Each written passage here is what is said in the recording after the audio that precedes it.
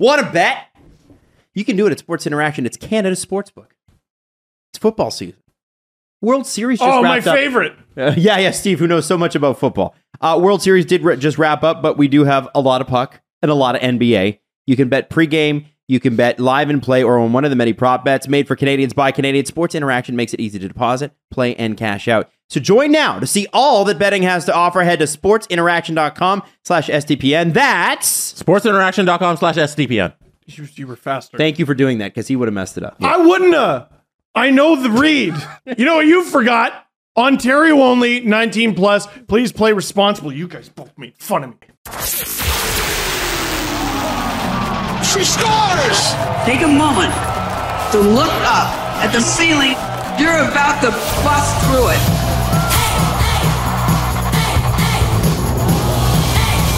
SDPN, the PWHPA, and Sports Interaction, Canada's Sportsbook, presents hockey like you've never heard it before. The Knoxy and Kax Show with Liz Knox and Karell Emard. Let's get it. Go.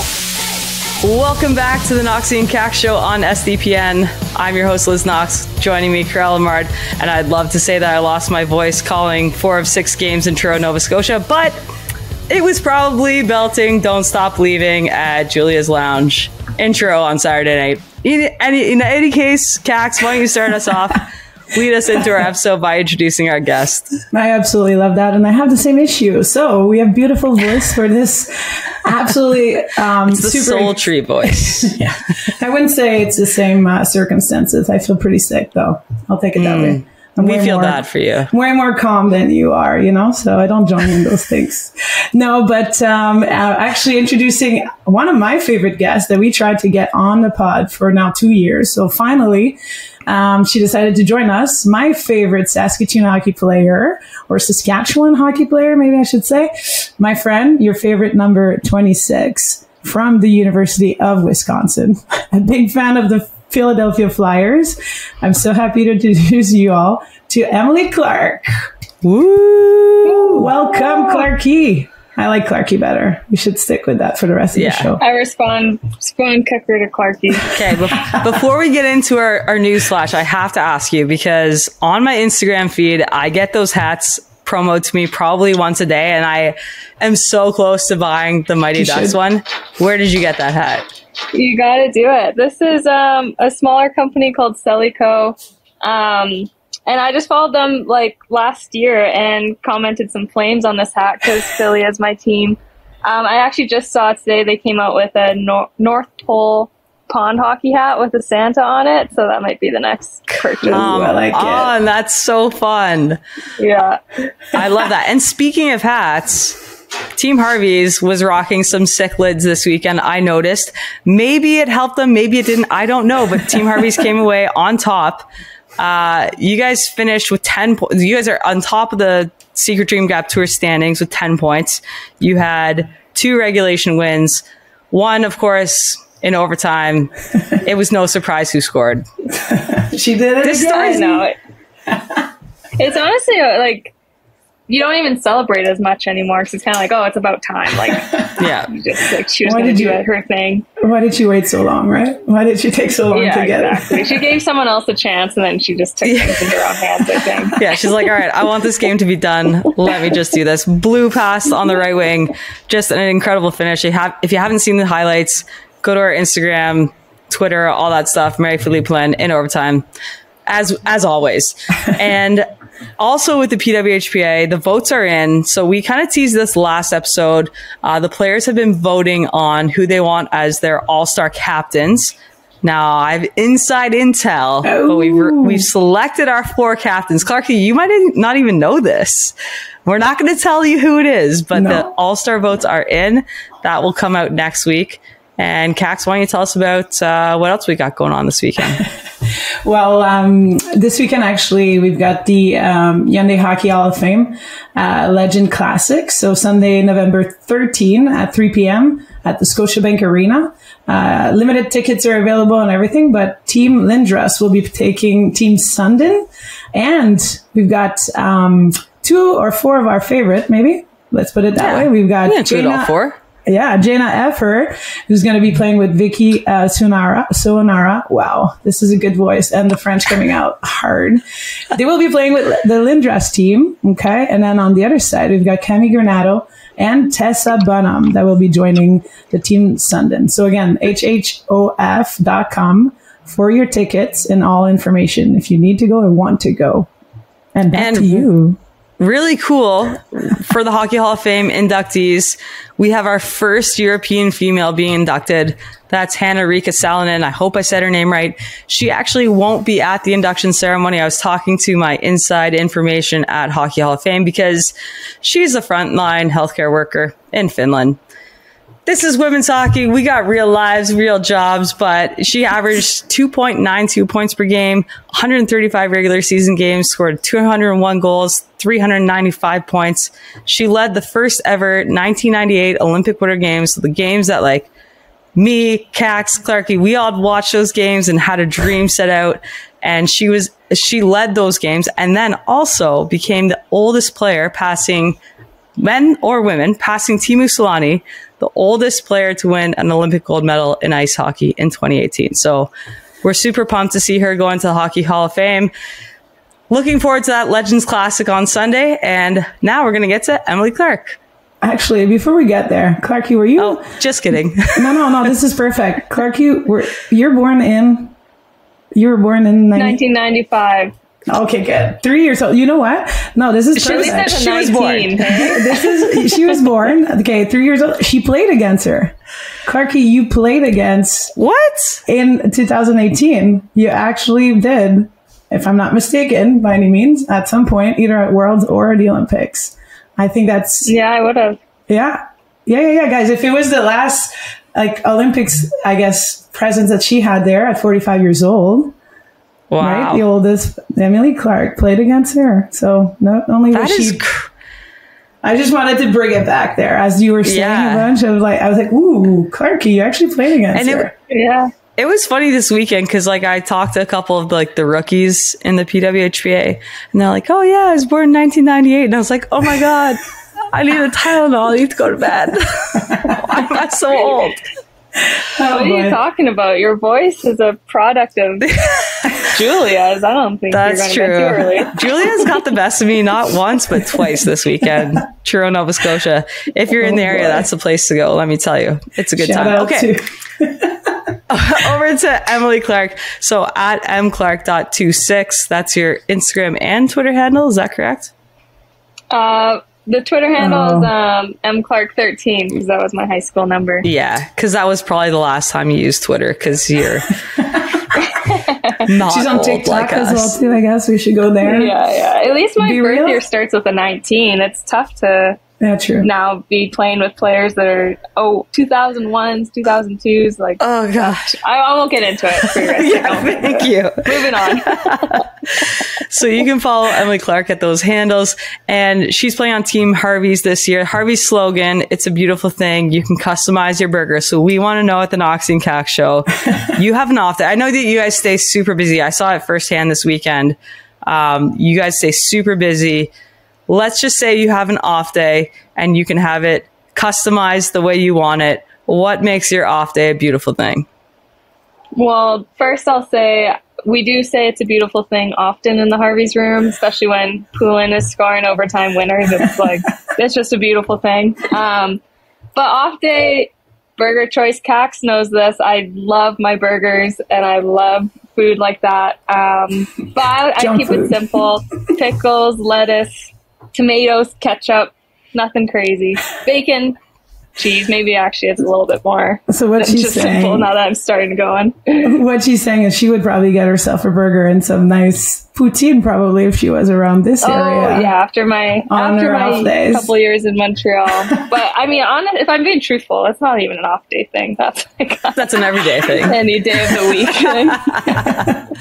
So how do you spend your downtime? Let's just go right to Monday, I guess. Did you fly out? You flew out what would have been Monday morning, Sunday night? Yeah, well, it was supposed to be Monday morning. We had a 5-hour delay, so we had a long day on Monday. So I spent Monday just catching up on laundry and honestly, I actually had a burger on Monday, to be truthful.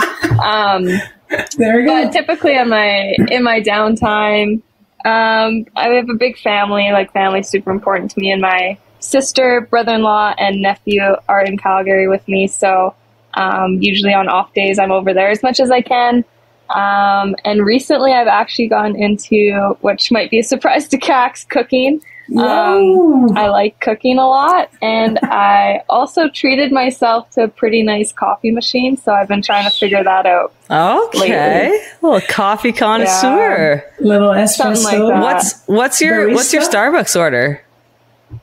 It changes, but it's funny, like, before I went to Montreal, like, in college, it would be like iced caramel milkshake, like no coffee, just as much sugar and flavor as possible. Frappuccino, extra whipped cream, probably. Yeah, Kax knows. And then, but during COVID in Montreal, it was so locked down, like, the only thing we could do was, like, go to a coffee shop and go for a walk with our friends. So as COVID went on longer, my sugar intake in my coffee went down, and I actually started to enjoy the taste of the coffee. So I like just a plain latte now, flat white. Nice. And I overdid the pumpkin in October, but that pumpkin cold brew was pretty good. Well, you have to do it. You had your Uggs on and your scarf, and you got your pumpkin spice in, but now you're growing up. Now you got your lattes. I'm a different person this month. Finally. I love it. That's awesome. Okay, so let's go back to kind of, I don't know, we won't go too far back just yet. Actually, let's go back. Let's go way back. I don't care. Let's go back to growing up in Saskatchewan. Yes. Tell us a little bit about what was like growing up there. You know, you mentioned your family, just kind of like how you got into hockey, what brought you to the game, and what led you to some of your maybe high school and college experience. Yeah, for sure. I mean, I feel like I have like a very typical kid from Saskatchewan hockey story. I have 4 older brothers and an older sister. All 4 of my brothers played. So like within days of being born, I was in a rink, because when you have a big family, like 3 kids are going in this car, 3 kids are going in that car. You have to go to everyone else's practices before you go to yours. But I loved growing up that way. It was so chaotic and so fun. And me and my brothers were constantly anything around hockey, playing shell, mini stick, shooting pucks, or just running around the rink. So I think that's a big part of, like, honestly, why I've been able to do certain things in my career, because I just have always loved it. I've been a rink rat. I love being at the rink. My dad actually, since I was 13, has ran a rink, so that's also been extremely beneficial in my career. Here and there. Yeah. Yeah, exactly. So hockey has been definitely, I've been a hockey player as long as I can remember. Did you grow up playing like on the boys' side a little bit? Like, you know, I'm not saying small town growing up playing hockey, but kind of like, so good chances. Yeah. I mean, I don't know. I'm guessing. Yeah. Yeah, no, you got it. I mean, Saskatoon is a bigger center, but growing up, the women's hockey and female side was not as developed as it is now. So I was always one of me or one of 2 girls on my teams, all growing up. But I mean, I loved it. Like, I'm sure you guys did. Yeah. You're just one of the boys. You didn't think anything different until maybe you're 13, 14, and it was time to make that change. So I played boys hockey until I was 13, and then I switched and played midget AAA for the Saskatoon Stars. Nice. And that's where pretty much you would have probably done, like, what league was that in? It wasn't till probably the year after, or the one maybe after that you went to OHA as far as like the hockey academy. So you probably got recruited, I'm assuming, and then went there with the girls. Yeah, you got it. So yeah, I played 3 years. It's the under 18 Sask AAA league. And then I was going into grade 11, and I'd already played there for 3 years. And at this point, you know, maybe a little bit crazy, but like, before school, I was either on the ice or in the gym before school, full day of school. Then I'd go practice with my U18 team, homework, sleep, repeat. And it's like, when you're a 16-year-old kid, I don't know how long you can do that for. So being able to go to a hockey academy like OHA, it just condensed my day, and I got to be around people that had the same, you know, aspirations that I did. Wanted to play on national teams, wanted to play college hockey. And I got to live in a vacation town for 2 years. So, I mean, all around it was a win. Yeah. That's amazing. awesome. Who, like, maybe just name off some names. Like, will we know anybody that you would have grown up playing with there at OHA? At OHA, yeah, I played with Hannah Miller. Who else I played with that would have played on? Oh, who am I? Micah Hart. I played with Micah Hart both my years there. Jeez, it's been really fun. I know. On the spot, I'm like, it's okay. That was like 10 years ago. People I played with. Yeah. But yeah, no. Me and Micah have a very special relationship because, she's in grade 10, I was in grade 11. And just like, yeah, going through that, we both had the same dreams, pushed each other all through high school, and now we've been on this crazy national team Olympic journey, P-Dub journey together. So it's been really cool to grow up together. That awesome. Is so cool. Yeah. Mm-hmm. Like, there's very few people that came out of Stouffville, Ontario, but the ones that did, that like went, well, like Brittany Smith went to SLU, you know, like you feel really connected because you feel like you've really grown up with these people, right? Definitely. Yeah, you have the same path and the same, maybe even you train in the summer with them, even when they come back from college and stuff, Knoxy. Like, I don't know if you did that with Britt or if you... I didn't really train very much, so that's probably why I'm hosting a podcast and not at an Olympic camp. I love it. But no, those are the connection you keep for a long time. Like, I haven't seen Britt in forever, but I know head coach at Syracuse now. And like, you know, whenever we can catch up, it's like the same. You reminisce on your years together or your years in college. And I just love that and the connection you make throughout your journey. And yeah, that's another one that you kept and still alive now, Clarky. So we'll give a shout out to, you know, Micah Hart. She was part of it. Don't forget about her. And like you say, like so many girls, like whether they end up staying and playing and like are fortunate to kind of pursue the elite path or they get into coaching, like so many girls just find their way back into hockey. I think it's almost ingrained in us to like stay in the game and give back to the game. So why don't you tell us a little bit about what it was that drew you to Wisconsin, to go to Wisconsin? We had Nursey on last episode. I don't know if you probably haven't seen it yet. You guys had a busy weekend, but she was like steadfast that she wanted to be at a big school, which is like blows my mind. But why don't you tell us a little bit about why you wanted to go to Wisconsin, or maybe some of your options, like what drew you there? Yeah, for sure. I mean, I feel like growing up in Saskatchewan, like not a lot of girls where I'm from went the NCAA route. So I honestly didn't really know that much about it until I started getting these emails and letters. And then I knew it was something that I wanted to do, but I didn't have anything in my mind of like big school, small school, location. I think it's kind of crazy when you're like 15, 16 getting asked these questions. It's like, I don't know. How am I supposed to know? So I was really lucky though. When I was at OHA, Gina Kingsbury was my coach actually. So she definitely helped me through that process, helped guide me and kind of narrow down and make me think about those questions.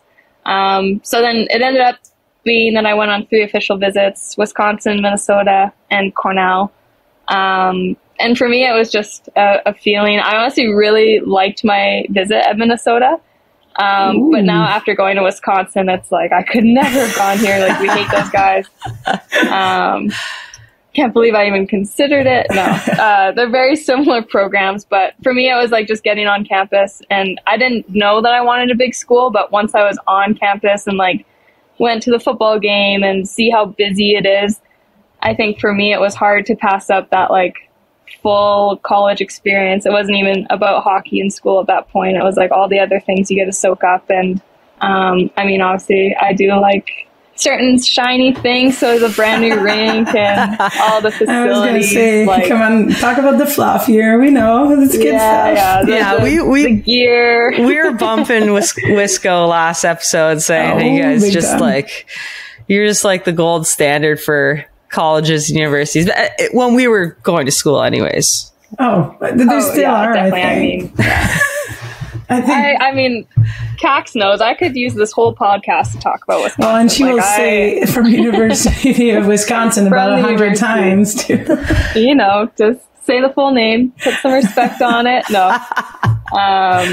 Yeah, I was thinking of that. I watched the Maple Leafs video on social media, and it was like a question of who still talks about their junior hockey the most.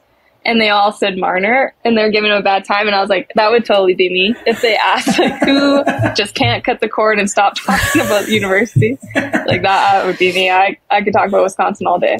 I love that. What was your guys? I don't think we asked Nursey this. What was your guys like? You have like up, big green. Like, what's the thing you guys say at, let's say, sporting events, but probably mostly at parties? What's the Wisconsin like?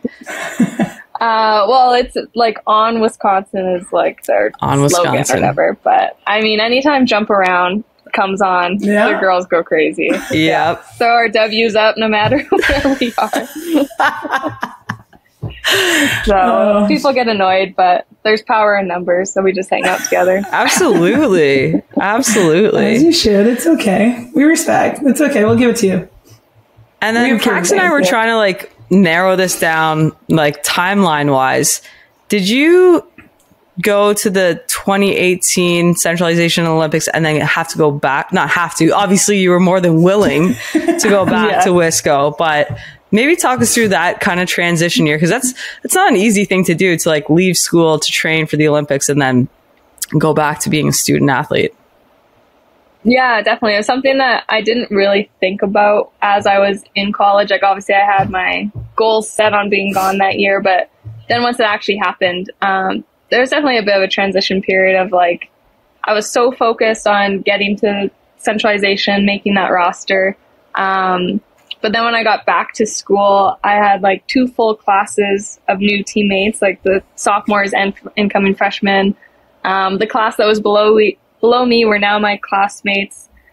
Just little stuff like that you don't really think about, maybe being like a bit of a difficult transition, trying to get to know everyone and make those relationships. But honestly, I really enjoyed getting to take the year off and coming back, as opposed to graduating and going into that year, just because that whole year, as amazing as it was, I got to realize like exactly what I had at Wisconsin. So going into my senior year, like I had missed it so much, and I just like knew all the things I wanted to soak up before my time there was done. Yeah, that's a really important message, I think, for, you know, if we have listeners in the university times. Like, I'm working with the U of T this year, and I like, it's hard to tell your seniors, like, you don't know how good you have it right now. Like, just soak in every moment. So it's ironic that the Olympics was your like realization, because that's also obviously a very, very cool moment to soak in. But it is true. Like, you only get 4 years of college, right? So taking that time to really appreciate the experience there is probably something that, you know, you're very fortunate to have had. Even though, you also got to go to the Olympics in between. It's pretty standard, really. Comes back and has an extra year. No big deal. That was all right too. But and I was. And didn't you? I was just going to say. And didn't you won before or after you came back from the Olympics? Natty champ. After I came back. So on top of it, double win. Like, I mean, I don't know. It's just you ended your career in a on a hot streak. Yeah, seriously. Yeah. I mean, it was nice. Like, especially my like the storyline of it all. I guess, like, in my 3 years there, we lost in the semifinals twice to Minnesota. I roll, could have, whatever.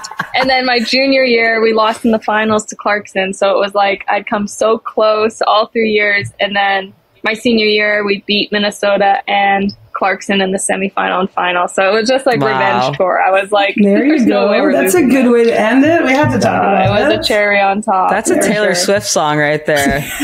Seriously. It's a revenge song. Yeah, whatever motivates you, whatever you need to use. That's incredible. And then, so tell us a little bit what it was like, unbiased, honestly, what it was like going from, you go to the Olympics, you win a national championship with Wisconsin, the University of Wisconsin, I should say. Yes. And then you come to like post-college women's hockey. And at a time where, like, I can only imagine what it was like for you guys walking into this being like, what the frick am I getting myself in? We had already lived it. So we knew the politics, the drama, like, we knew what we were doing, but you're just walking in here being like, I just want to play hockey. Tell us about like your first year, maybe after college. Yeah, it was nuts. Because even my senior year, I went from like straight from Frozen Four I had one day that was a very fun day after we won, before going to pre-world camp. Maybe not feeling 100%. Feeling like how I felt on Monday after churro. Yeah, I sounded a lot like you going to my pre-world camp. And then at some point when we're in Finland before the tournament starts, that's when the CWHL folding news came out. And then all of a sudden we're having these meetings with the American girls about how we don't have anything in place for next year now. And it was just like such a high to such a low and uncertain, and like thinking about, I mean, I think a lot of times it's hard not to think about if you were in men's hockey and you were coming off a national championship and what your next year would look like versus what the reality of ours was. So then I made a decision late in August that year to go to Montreal because I knew a lot of my development would be based on who I'm around day to day. At that point, we weren't sure how many games we'd have. And I was like, I got to be in the same place as Kax. Exactly. That's what I was thinking. But I do remember, and this is where the University of Wisconsin story comes from, is we did a documentary where I was contrasting my first weekend of hockey outside of my senior year compared to at the University of Wisconsin. And it was funny because our first trip was to Toronto for the PW. And on my Snapchat, I had memories from the 1 year prior.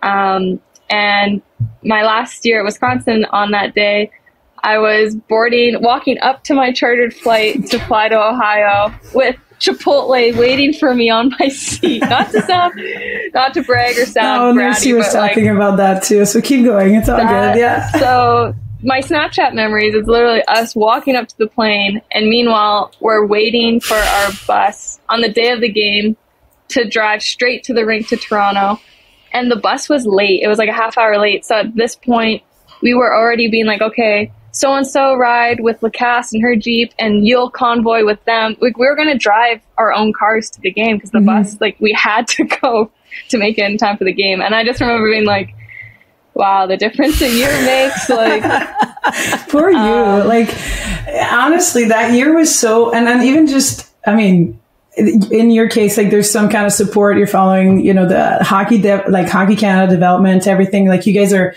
well supported, and there's like mini camps that happen all year long, right? So hockey was like kind of like there, but even like anyone else, and you guys in the picture, like these tournaments were arranged almost on the fly. And shout out to Jaina and everyone that was part of like doing it. I remember we did a golf tournament here in Montreal to raise money to pull in players, like buy their flights from Minnesota and like other places so that we could play 2 games in Montreal. So everything was kind of like just organized on the fly, and everyone was trying to deal with it as they could, right? It was crazy.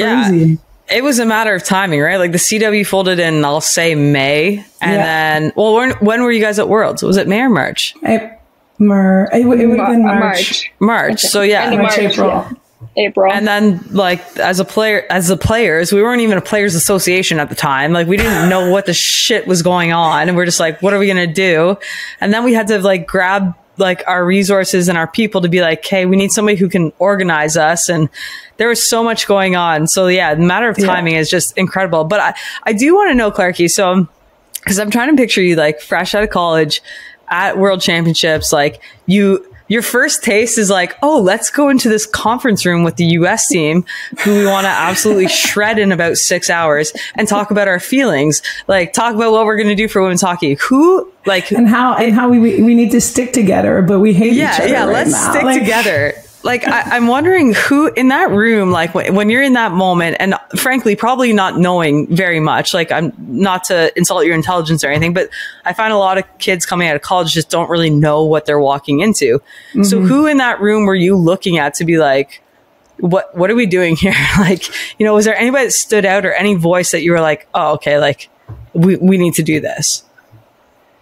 Yeah, I mean, no, you're right. I was kind of like, and at that point, it was a really sad day at the same time because all my teammates just lost their league, their teams. And I feel like I had a lot of empathy for them because I knew my place. Like, I'm still in college. This technically doesn't, like, it is going to affect my future. But in the same breath, like, this really affects these girls that are currently playing in that CWHL. So I think for me, I just knew it was kind of my time just to step back and let them have like process how they needed to, and just try to get on the same page as what the voices were saying. But in that conference room, it was just like anyone could say whatever they thought would help or need to get off their chest. But I mean, it's the same leaders that are leading now in that room. Like I remember Kendall talking a lot, Jenner talking a lot, Pooh talking a lot, Hill. I mean, it's yeah, I guess you just kind of, you keep your ears open and you just want to support everyone. But I mean, I was obviously close with a lot of girls in the C-Dub at that point, like Nurse,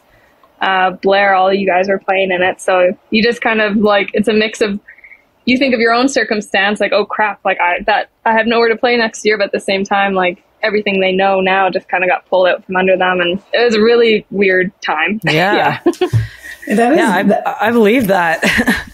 and Knoxy, I like that question because we did ask a little bit of people I've talked about it, like, oh yeah, and then we had to meet while we're at Worlds, and with our opponent and try to come together, right? But actually, what was it like? We've never actually touched on that. So we weren't there.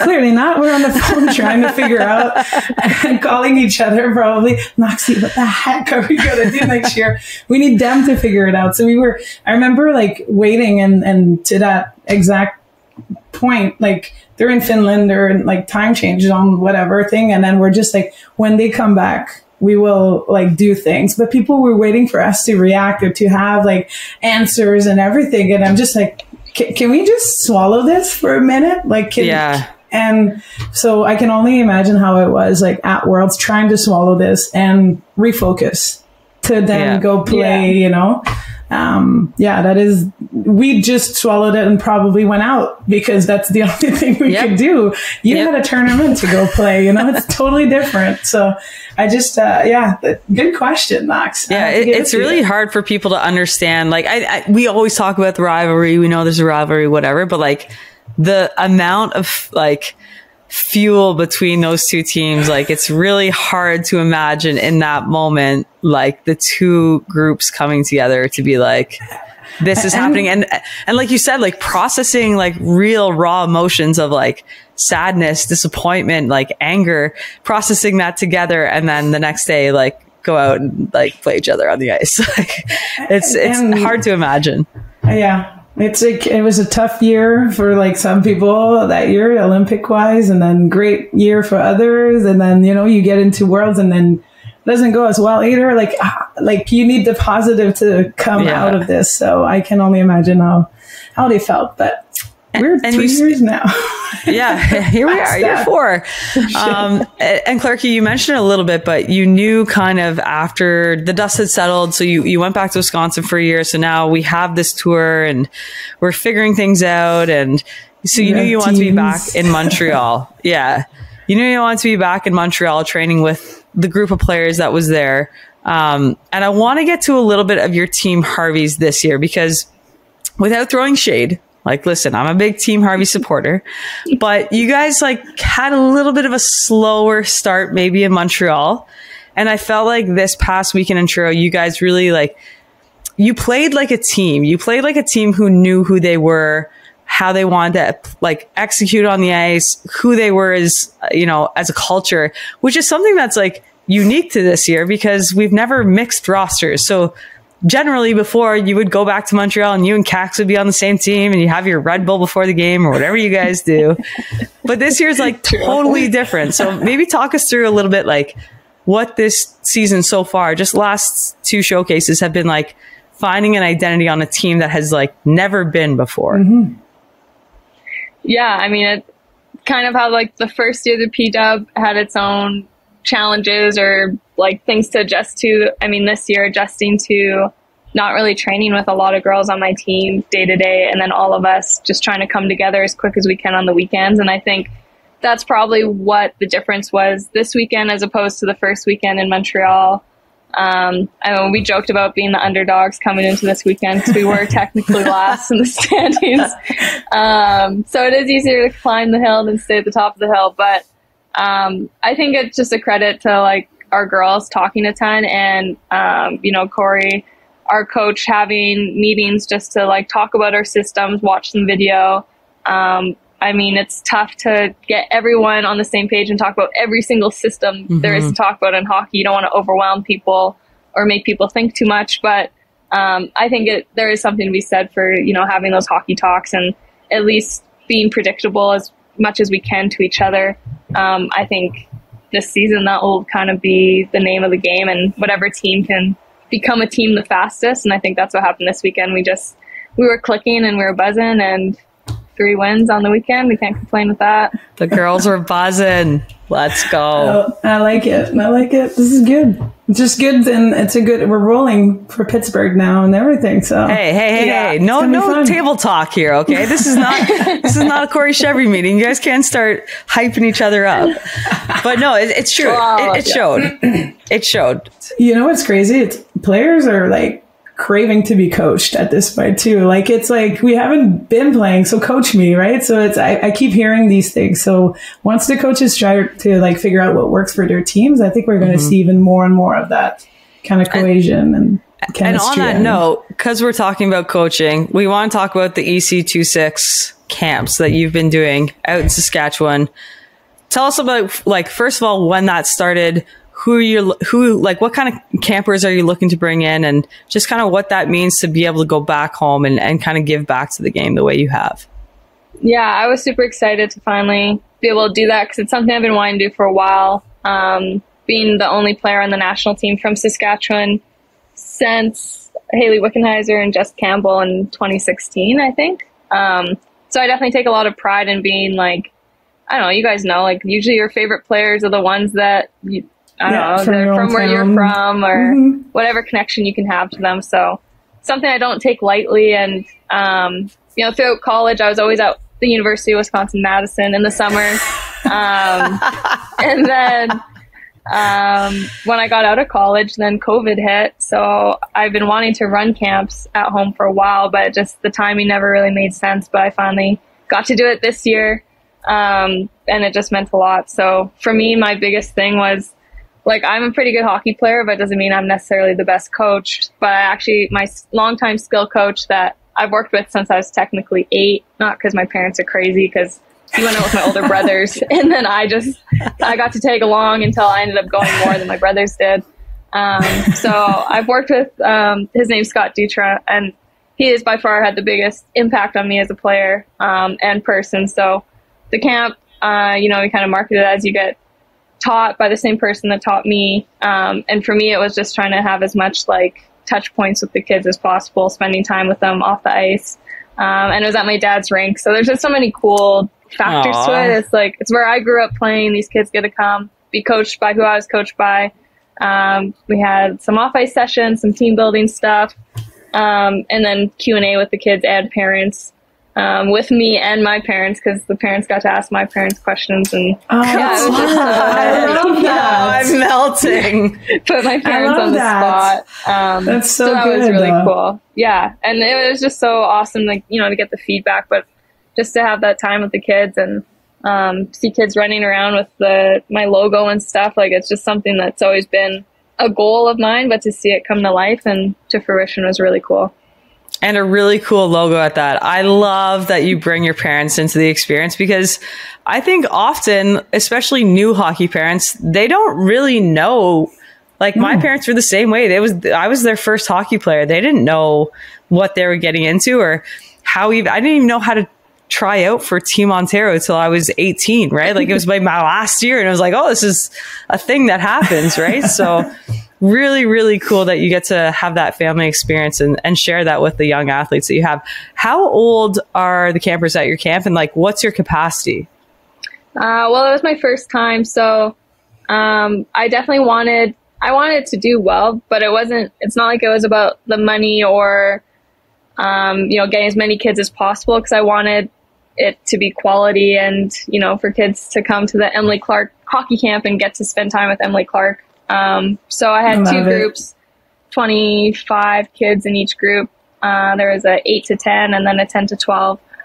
So it's kind of like dipping my toe in the water, because I wanted to you know, like all of us in anything we do, you want to do a good job. So for me, for the first year, I just wanted to knock it out of the park, and got some pretty good reviews. Some people that say they're going to come back next year. So maybe we'll try to get another group in there. But I mean, for me, it's more just to give back and I don't just be accessible role model to those kids. Yeah. You want to connect with the kids and you want to inspire them and, you know, and try to get out there and do their best every time they go. So I love that. I love the idea. I love the small, you know, one-on-one type of feeling that you can get. When the groups are too much, it's almost if like, oh, which one was it again? Or so that is I like that a lot, Clarky. Yeah, and having having Scott run the ice times just gave me time to have touch points with all the kids throughout the practice. Like I'm not worried about like gathering these what feels like kittens. Sometimes it's like, oh, come over here. You know, I can like give individual feedback or just, you know, like have time to make up a silly nickname or whatever it is that just makes those kids feel like they got to build a friendship almost. So yeah, it was really awesome. And I feel like this is going to be my interpretation here, but because I've never played with you, Clarky, but I feel like that's kind of the kind of teammate that you are also. You're somebody who, we said this in the Nursey episode, but you're somebody who likes to enjoy their time at the rink, right? So how has your identity maybe changed or stayed the same since, you know, back playing in Saskatchewan, going to Wisco, and now on the national team? Because we've talked about this a little bit on our show. Like the national team, you have 25 roster spots, and every spot has a purpose. Like we talk about with Ratty a lot, being a 13th forward and just really leaning into that role. So maybe tell us about how you found your identity and kind of what that identity is to your teammates. Yeah, wow, I feel like I could get real deep with this question. Get deep with us. Come on, girl, let's go. Let's go. No, I mean, like, not to keep talking about Saskatchewan. I thought I'd talk about Wisconsin more, but like being from Sask, I feel like growing up, the values instilled in me are just like humble, hardworking, help your neighbor, in this case, be a good teammate. So I think that I've had those kind of values and thought that was important from a young age. And like you said, I'm like a rink rat. Like I like being at the rink. I like having fun. I'm definitely not the kind that's too serious before the game. So, I mean, off the ice, just trying to be like a light energy. And then when you talk about roles, I think something that has brought me a lot of success at the national team level is embracing the roles. I haven't always had the most flashy role, you know, similar to Ratty, especially in my early years. It's like third, fourth line, great. Like I love to grind. I like hitting people, bringing energy. Like, as you know, we rebranded the penalty kill to the power kill. Like I love that stuff. So in recent years, the role has changed a bit, but I still think it's kind of like I'm in a position where wherever they need me, I'll adapt to it. If I'm playing with Blair and I need to run people over and really play good defensively, like I love doing that. If I play with Pooh and just try to score some goals and get her the puck, I love doing that too. So I think as you get older, I feel like it's easier said than done, but when you really embrace that, like everyone's role is important and valued and you embrace that, I feel like you're way better off. I'm hearing two things here. I'm hearing embrace your role and everything, and also be confident in that role. Because what you're saying right there is like, okay, you can go be a grinder, fourth line or whatever, PKer, but you can also play power play. And knowing that you have the skills to do it and to stay confident in that and doing both really well, then that's huge too. So it's like a mental, like, I don't know, strength that you have. So shout out to that. But players need to also work on that when, you know, they come around those kind of roles and they buy in. Know that if the coach is giving you a shot, it's because you deserve it. Go and take it and play like a confident player. So, you know, you're being like humble about it, but you can do both. So you're a very versatile player, and as you should, and you're confident in it. And that's kind of what we saw last weekend, and we keep seeing, you know, over the years. So I think players more and more just need to like, okay, I'm here. I should do it. Don't be nervous. Just go and attack that role and know that you can actually do it. So I don't know. I like it. No, I appreciate it. And then I also feel like in recent years too, kind of like, and we've talked extensively, but not to putting yourself in boxes necessarily. Like, I joke about, it's easier to say grinder, but I feel like sometimes that has such a negative connotation to it. And it's like, that's actually a skill. And it's not also everyone can do it.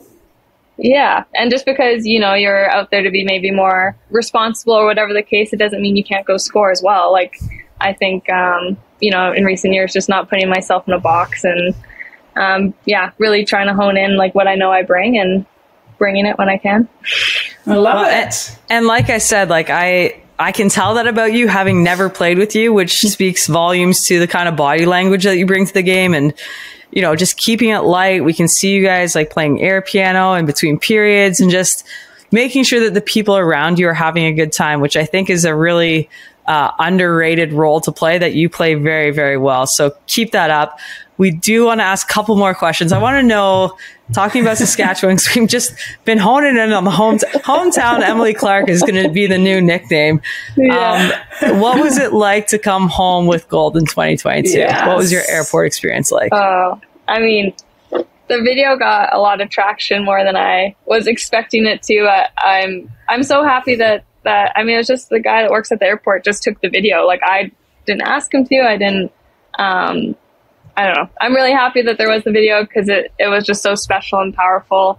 The difference of these games, like not having your family there, like getting back my feet in Saskatoon and getting to share that with my family was, I say it's like the best part of the whole thing. But mega bonus that all those kids and, people I played growing up with came out. Some minor hockey coaches that I had were there. I don't know. Saskatchewan just takes so much pride in their people, and you can feel it through social media when you're over there and stuff, but you're so dialed in on what you're doing. So to like really feel that in person, like that's something that I'll never forget. That was so cool. It was the cutest video too. Gave me chills. Seriously. It was a great video. We'll have to send Jesse the link so we can post it up. I'm sure it's probably on your social media, I'm guessing, right? Yeah, it is. Yeah, Okay, so we'll have to link that. that to make sure that our viewers can check that out. And Kax, do you want to finish us off with our burning question, really, for guests of our second season? Oh boy. So, well, as you may have heard in previous episodes, we like to ask our guests if, again, league is happening, it's perfect, you get to choose actually your dream city, and where would it be and why? And it's got everything that University of Wisconsin has, to be honest. So don't worry about it. It's Madison. Just, No. Yeah, you can't say that. anything but You Madison. can actually. Yeah. You know what? It could be good, but then it would maybe play a bad influence for the games for Wisconsin, and you don't want to do that. People choosing between the two teams. Okay, so Dream City. Let's go back. Dream City. Okay. Anywhere in North America, where would you want your pro team to be at for the Women's League? Oh boy. As much as I love Saskatoon and Saskatchewan, the second place or province in my heart is BC. After my 2 years there, I love the energy, the vibes, the weather. So I would lean towards Vancouver as a bigger center, but honestly, I've spent a little bit of time in Victoria, and it is like such an awesome place. You get the small town feel, the ocean. I think Victoria would have my vote if I could have unlimited resources. And I feel hometown Emily Clark, as we call her now, is like you're a cool cat. Like, you are going to be like longboarding on your downtime and like surfing, taking in the mountains. My third wave coffee in hand. Yes. I can see the marketing happening before our very eyes. Well, Clarky, thank you so much for coming on with us. Like Kax said at the beginning, it was a long time coming. We were so excited, and thank you so much for sharing some incredible stories about where you came from and where you're going. It's amazing. I appreciate you guys having me, and I didn't get a chance to say it, but you guys said some really nice things about me, so I got some hype, and so thank you guys. Oh, we try to do that. And of course, you can catch Clarky and the rest of the national team take on the U.S. in the rivalry series. Kicks off November 15th in Kelowna, BC, November 17th in Kamloops, BC. Couple BC cities there. Yeah. Who knows? Clarkie might just be in her element. And then finally, November 20th in Seattle, Washington. Next up on the Secret Dream Gap Tour, Pittsburgh. Right after that, November 26th to 27th, you girls are going to be busy. You guys are going to have a busy year ahead of you. Too. Yeah, flying directly from Seattle to Pittsburgh probably too. We'll love it. And then December 9th to 11th, All-Star Weekend, which next week we're going to drop our All-Star captains. Hopefully, if I get that approved, I just said we were going to do it without asking anybody, but I feel like I can do that. I think you're allowed. Liz. That's good. I approve it. It's my show. It's our show. We just do what we want. Exactly. Clarkie, again, thank you so much. For those listening in, schedule and tickets at pwhpa.com. We'll see you guys next week. Thanks, Clarkie. Thanks, guys. The Knoxy and Kax Show on SDPN, produced in partnership with the PWHPA and presented by Sports Interaction, Canada's sportsbook. Follow Knoxy and Kax on Twitter at 27Knoxy and at Karell Emard. The views expressed are those of the individuals and are not necessarily those of the PWHPA. Check out sdpn.ca for more Knoxy and Kax and the rest of the SDPN crew. She scores!